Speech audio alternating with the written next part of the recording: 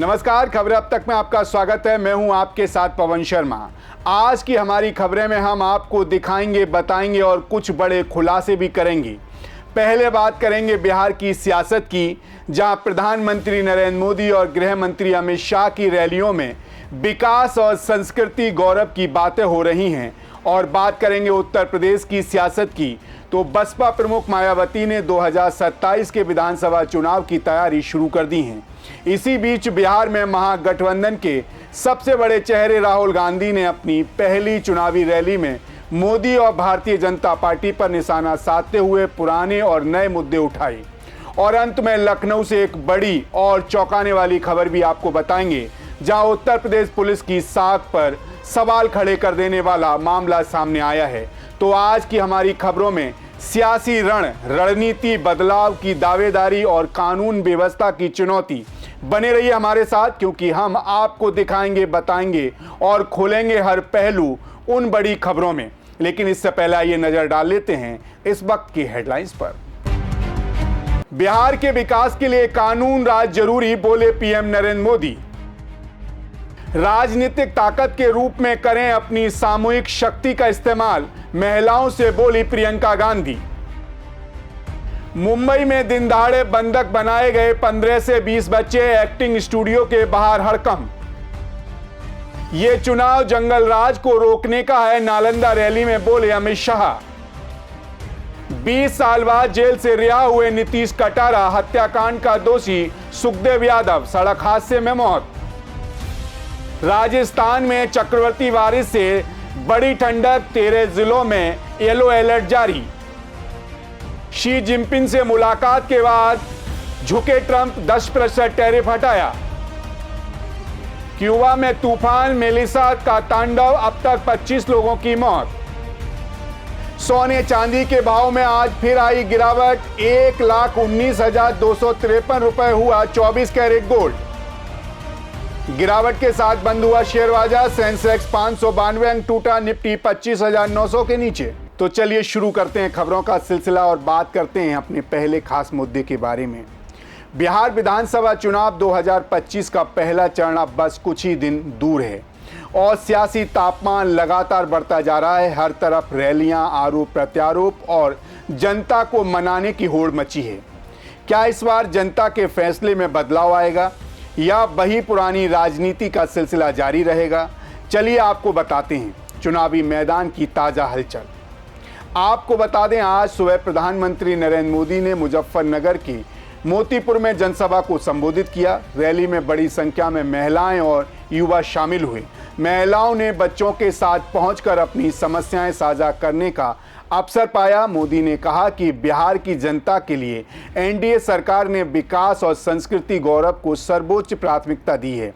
प्रधानमंत्री ने छठ महापर्व को मानवता का महापर्व बताते हुए कहा कि इसे विश्व विरासत सूची में शामिल करने के प्रयास लगातार जारी हैं। साथ ही उन्होंने आरजेडी और कांग्रेस पर आरोप लगाते हुए कहा कि ये दल केवल कट्टा, क्रूरता, कुशासन, करप्शन के सारे शासन करते हैं। मोदी ने छठी मैया के अपमान पर सवाल उठाया और जनता से पूछा कि क्या बिहार ऐसी बेशर्मी को सहन करेगा। सुनिए प्रधानमंत्री नरेंद्र मोदी ने क्या कुछ कहा। ये कांग्रेस और ये आरजेडी के लोग क्या कर रहे हैं? क्या कर रहे हैं? छठी मैया का अपमान कर रहे हैं। क्या कर रहे हैं? क्या कर रहे हैं? क्या कर रहे हैं? आप मुझे बताइए, क्या कोई कभी चुनाव में वोट पाने के लिए छठी मैया का अपमान कर सकता है क्या?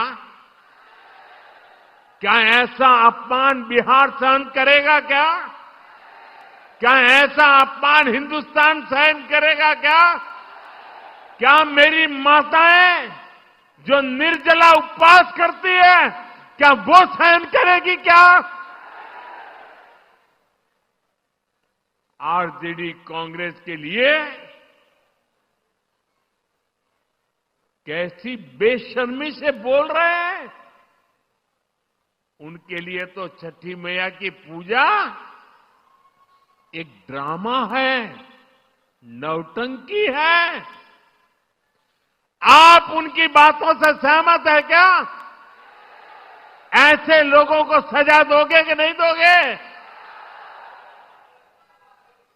जो माताएं बहनें निर्जला इतना लंबा व्रत रखती है, जो गंगा जी में खड़ी होकर सूर्य देव को अर्घ्य देती है, वो आरजेडी कांग्रेस की नजर में वो तो ड्रामा करती है।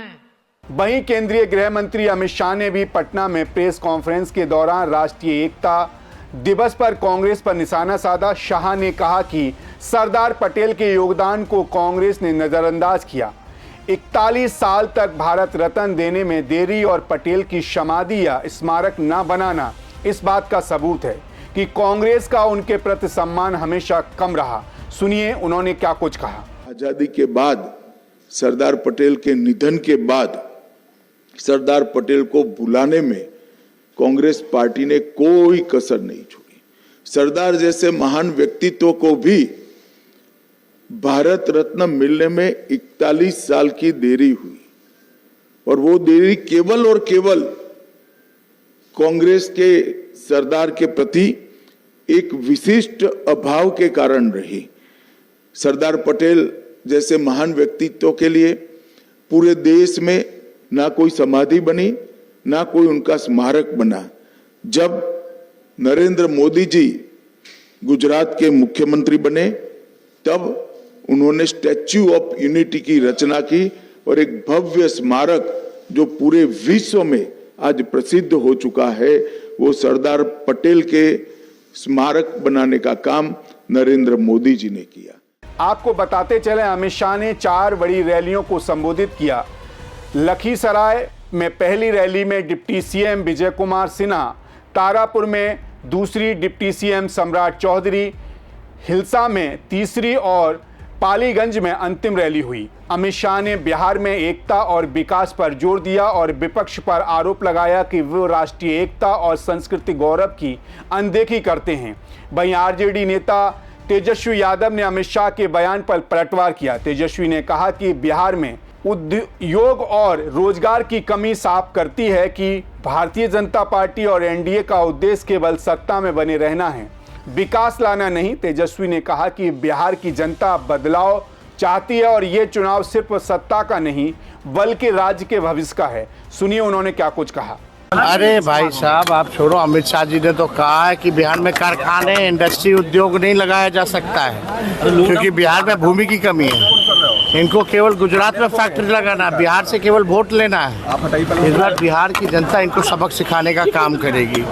ये लोग बिहार को कब्जाना चाहते हैं, हथियाना चाहते हैं, उपनिवेश बनाना चाहते हैं, और बिहार की जनता इस बार हर किस नहीं होगी। बिहार को बिहार का लाल ही चलाएगा, ना कि कोई बाहरी आकर के चलाएगा। मुसलमान वोट ना दे वैसी बात आप हमको कोई मतलब नहीं। हमको बिहार को आगे लेकर के जाना है और हम सभी बिहार के लोगों से हाथ जोड़ करके अपील करते हैं कि मौका है, इस बार बिहार को बनाने का मौका है।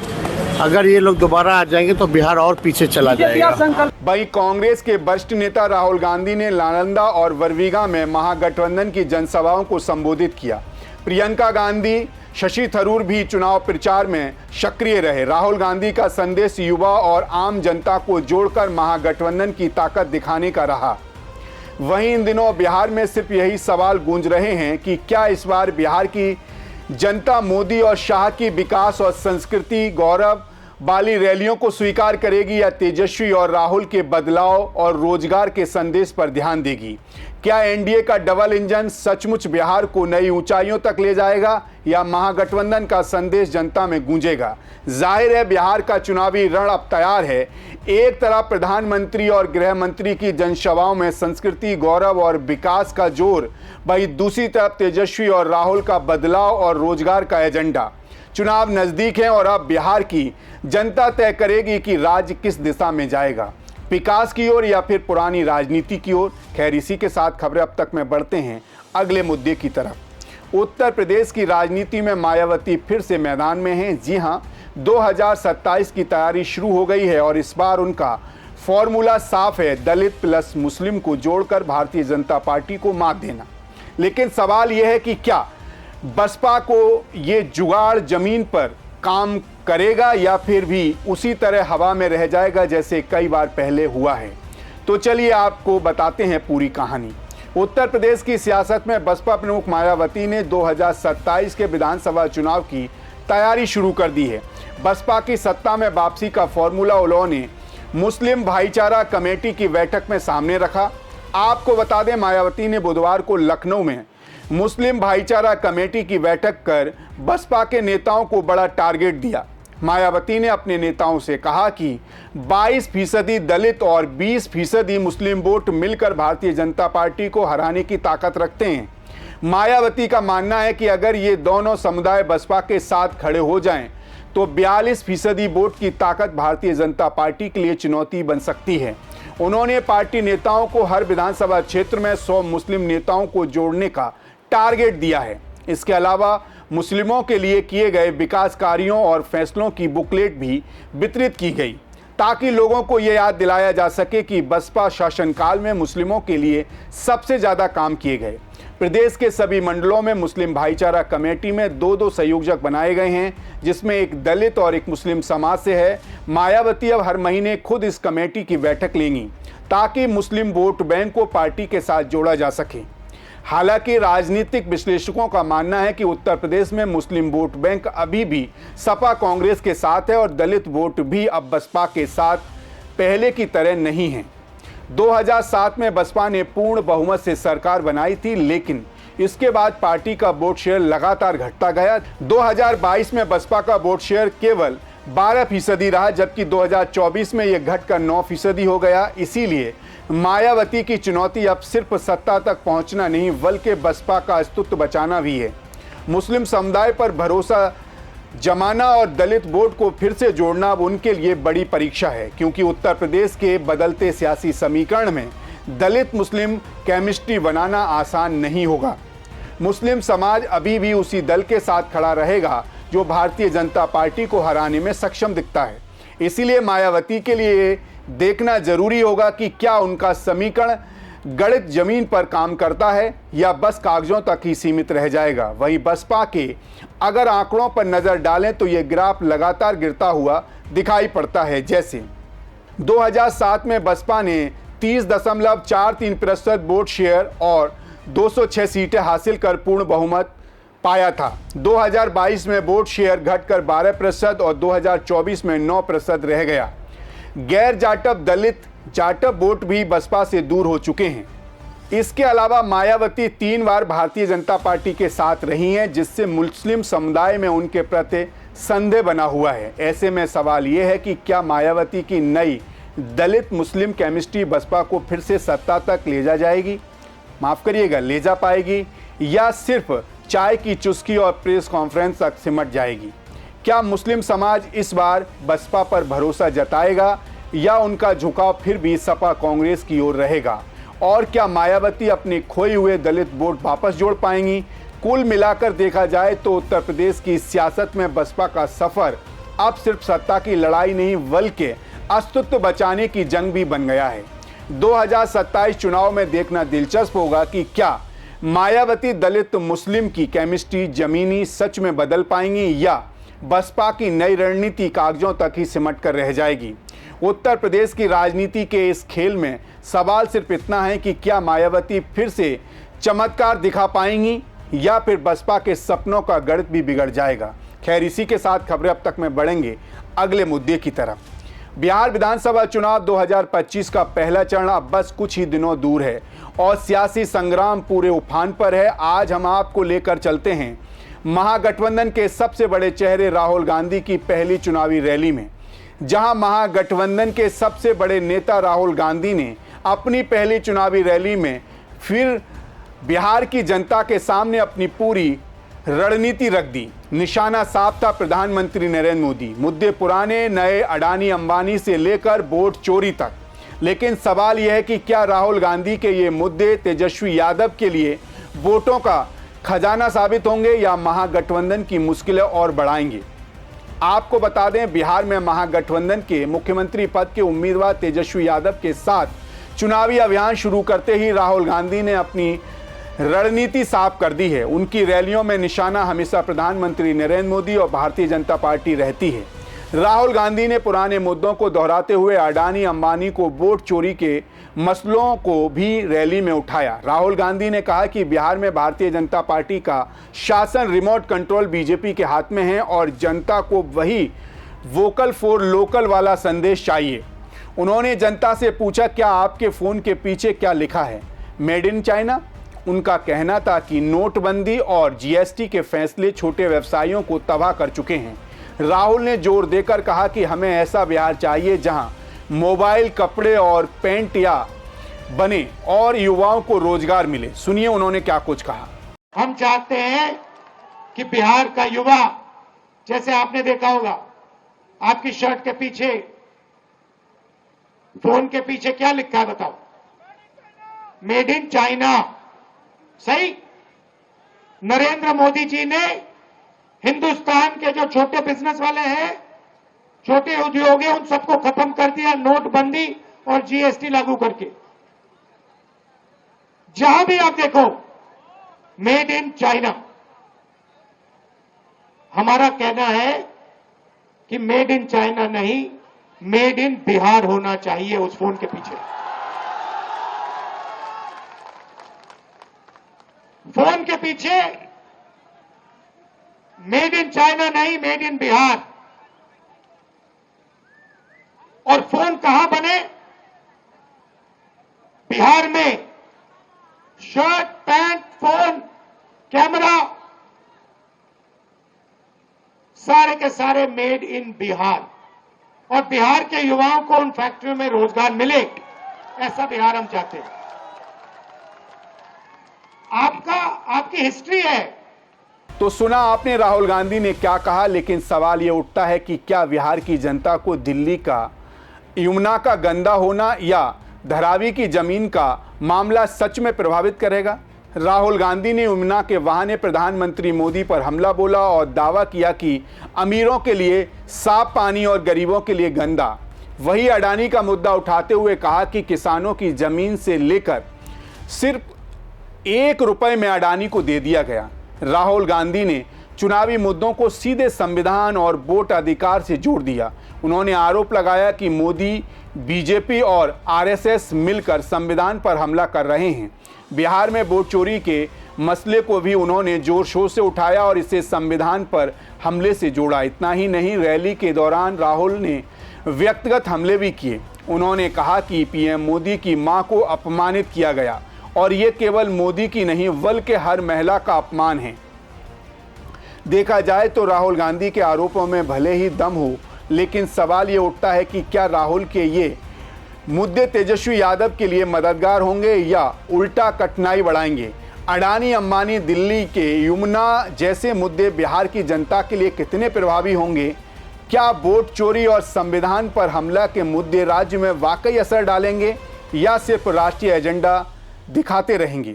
जाहिर है कि पहली रैली के बाद साफ है कि राहुल गांधी का रणनीति खेल मोदी पर हमला है।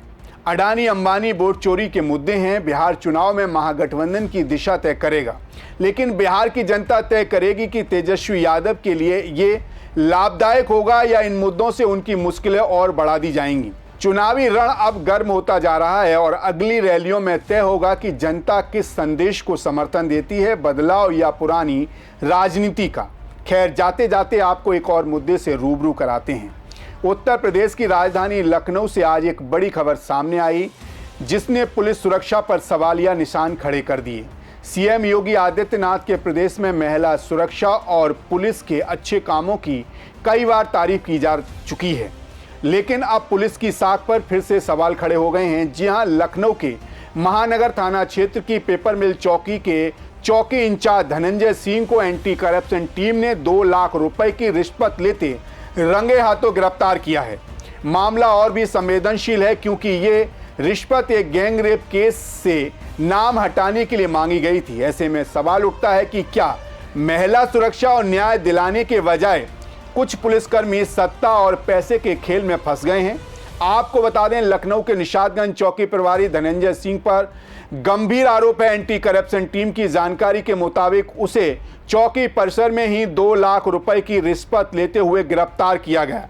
ये रकम वह गैंग रेप के एक मामले में आरोपी कोचिंग संचालक प्रतीक गुप्ता का नाम हटाने के लिए मांगा गया था।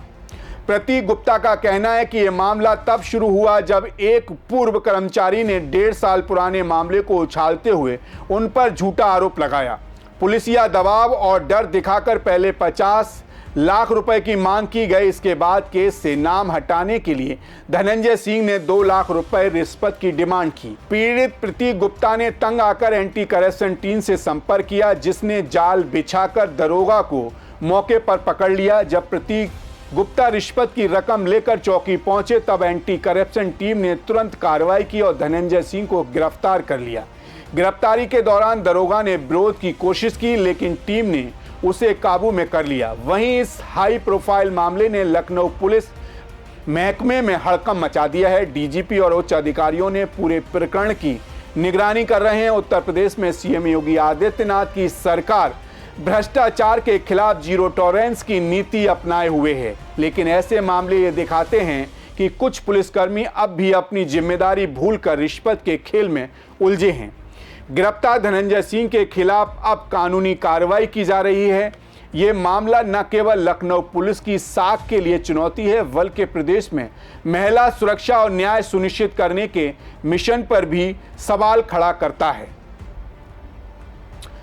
तो आज की खबरों में हमने देखा बिहार की सियासत में चुनावी गर्मी, उत्तर प्रदेश में मायावती की नई रणनीति, राहुल गांधी की रैलियों में उठाए गए बड़े मुद्दे और लखनऊ पुलिस में रिश्वत का चौंकाने वाला मामला।